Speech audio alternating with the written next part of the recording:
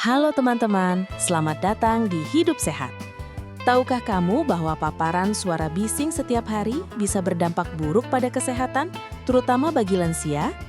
Studi pada 5.000 orang dewasa, termasuk 2.000 lansia, menunjukkan lansia yang sering terpapar suara bising punya resiko 35% lebih tinggi terkena tekanan darah tinggi, 30% gangguan tidur kronis, dan 25% kecemasan depresi dibanding yang tinggal di lingkungan tenang.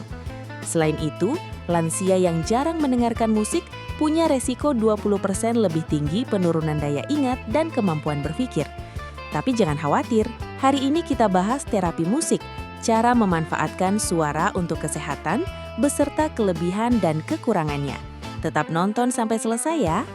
Perkenalkan, nama saya Shinta, dokter umum dengan pengalaman 15 tahun di bidang kesehatan, khususnya menangani pasien lansia. Selama karir, saya telah menangani ribuan pasien dengan berbagai masalah, dari fisik seperti hipertensi dan nyeri kronis, hingga mental seperti stres dan depresi. Saya juga melakukan penelitian tentang pengaruh musik pada kesehatan lansia dan menerapkan terapi musik sebagai pendukung pengobatan pada banyak pasien. Melalui channel ini, saya ingin berbagi info akurat dan bermanfaat agar kamu dan keluarga bisa menjaga kesehatan dengan baik. Simak baik-baik ya. Suara dan musik mempengaruhi tubuh lewat sistem saraf. Gelombang suara masuk ke telinga, diubah jadi sinyal listrik, lalu dikirim ke otak. Otak memprosesnya dan memberi respon ke seluruh tubuh. Musik tempo cepat meningkatkan detak jantung dan adrenalin, lebih bersemangat. Sedangkan tempo lambat menurunkan detak jantung dan meningkatkan serotonin, dopamin, lebih tenang dan bahagia. Musik juga bisa meningkatkan aktivitas otak di area memori dan pemecahan masalah, sehingga membantu fungsi kognitif. Sangat penting bagi lansia yang rentan penurunan daya ingat. Tapi efeknya tergantung jenis musik, volume, dan durasi.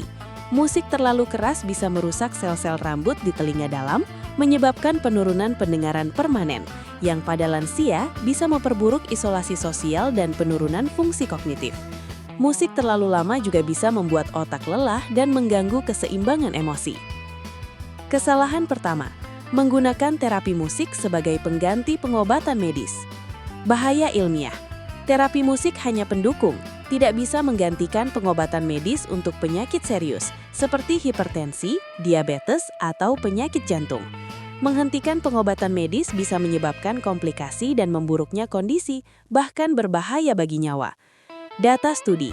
Studi pada 1.000 pasien lansia dengan penyakit jantung menunjukkan pasien yang hanya pakai terapi musik tanpa pengobatan medis punya resiko 50% lebih tinggi komplikasi dan 30% lebih tinggi resiko kematian dibanding yang gabungkan keduanya.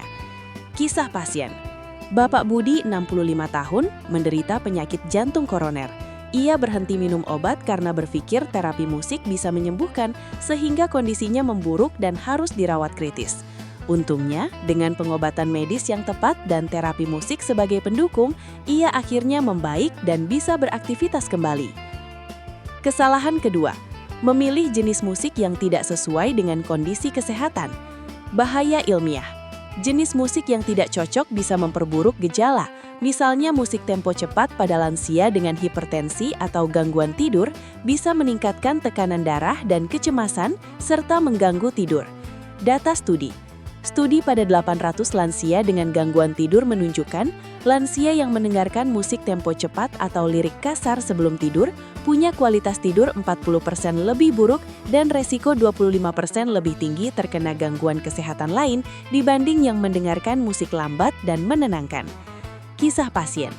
Ibu Siti, 50 tahun, masuk kategori pralansia, punya gangguan tidur dan hipertensi. Ia suka mendengarkan musik rock keras sebelum tidur, sehingga tidurnya makin buruk dan tekanan darahnya sering naik. Setelah saya sarankan ganti ke musik klasik atau instrumental lembut, kualitas tidurnya perlahan membaik dan tekanan darahnya lebih terkontrol. Kesalahan ketiga, menggunakan terapi musik dengan volume terlalu keras atau durasi terlalu lama. Bahaya ilmiah.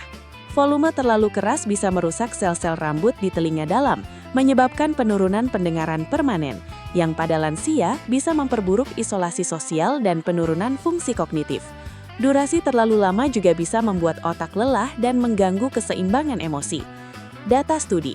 Studi pada 600 lansia yang sering mendengarkan musik dengan volume di atas 85 desibel lebih dari 2 jam sehari menunjukkan 45% diantaranya mengalami penurunan pendengaran ringan hingga sedang dalam 3 tahun, dan 30% diantaranya mengalami peningkatan kecemasan. Kisah pasien. Bapak Ahmad, 70 tahun, suka mendengarkan musik dengan speaker volume maksimal selama berjam-jam setiap hari. Setelah 2 tahun, ia mengeluh sering tidak mendengar suara jelas dan merasa lebih cemas. Pemeriksaan menunjukkan penurunan pendengaran yang tidak bisa pulih sepenuhnya. Setelah mengatur volume dan durasi, kecemasannya berkurang meskipun pendengarannya tidak kembali normal. Poin 1.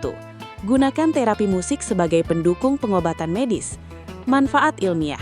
Meningkatkan efektivitas pengobatan, mengurangi gejala stres, kecemasan, nyeri, dan meningkatkan kualitas hidup. Bagi lansia, ini juga membantu memperlambat penurunan fungsi kognitif. Data keberhasilan. Studi pada 1.200 pasien lansia dengan berbagai penyakit menunjukkan pasien yang gabungkan pengobatan medis dan terapi musik punya tingkat pemulihan 35% lebih cepat dan tingkat kepuasan pengobatan 40% lebih tinggi dibanding yang hanya pakai pengobatan medis. Rencana aksi. 1.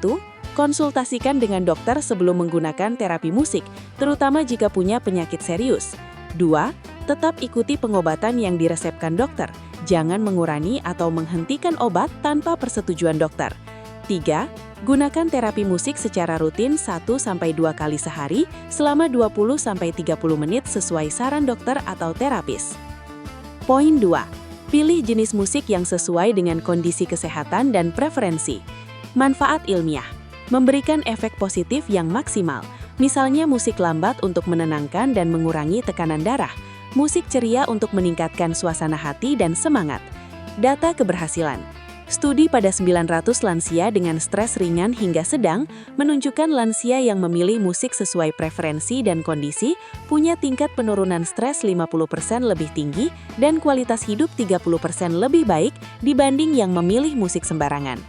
Rencana aksi. 1. Identifikasi kondisi kesehatanmu, misalnya gangguan tidur, stres, hipertensi, nyeri. 2. Pilih jenis musik yang cocok, klasik, instrumental, atau musik alam untuk menenangkan, musik pop ceria atau jazz ringan untuk meningkatkan suasana hati. 3.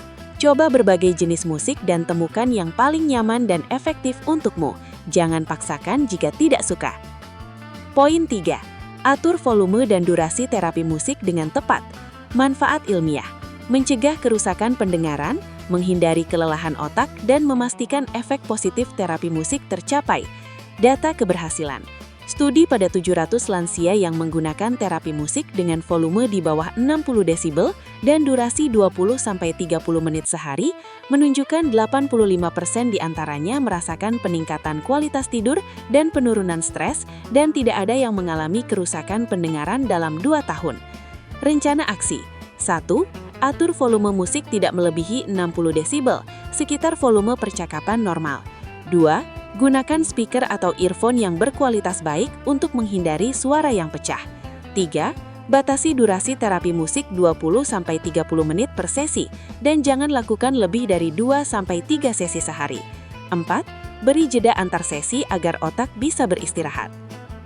Nah, teman-teman, itu dia fakta ilmiah tentang terapi musik, beserta kelebihan, kekurangan, dan cara menggunakannya dengan benar. Jika kamu merasa video ini bermanfaat, jangan lupa like, komentar di bawah apa pengalamanmu dengan terapi musik, dan subscribe channel ini untuk mendapatkan video-video edukasi kesehatan lainnya yang bermanfaat. Jangan lupa bagikan video ini ke keluarga dan teman-temanmu ya. Terapi musik adalah cara yang indah dan mudah untuk menjaga kesehatan kita. Dengan memahami cara kerjanya, kelebihan dan kekurangannya, kita bisa memanfaatkannya dengan benar untuk meningkatkan kualitas hidup kita. Ingat, kesehatan adalah harta yang paling berharga. Jaga badan dan pikiranmu dengan baik, dan jangan ragu untuk mencari bantuan medis jika dibutuhkan. Terima kasih sudah menonton sampai selesai. Sampai jumpa di video berikutnya, dan tetap sehat selalu.